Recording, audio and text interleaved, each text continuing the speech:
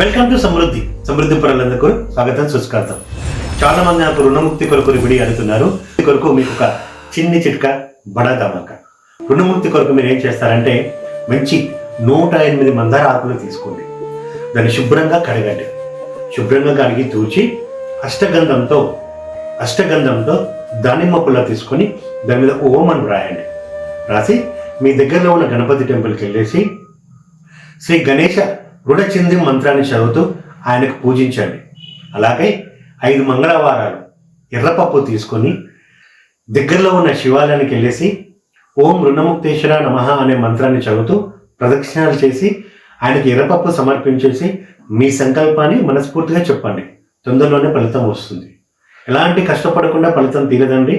కాకపోతే మీ రుణముక్తి కొరకు మీకు పరిష్కారం లభిస్తుంది.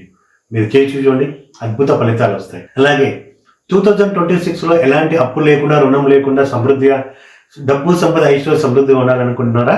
అయితే ఈ నెల 28న జరిగే money magical mastery class attend అవ్వండి. మరింత సుసంపన్నులుగా జీవించండి. సమృద్ధి, స్వీయ సుసంపన్నతకు స్వీయ జ్ఞానోదయం. Thank you.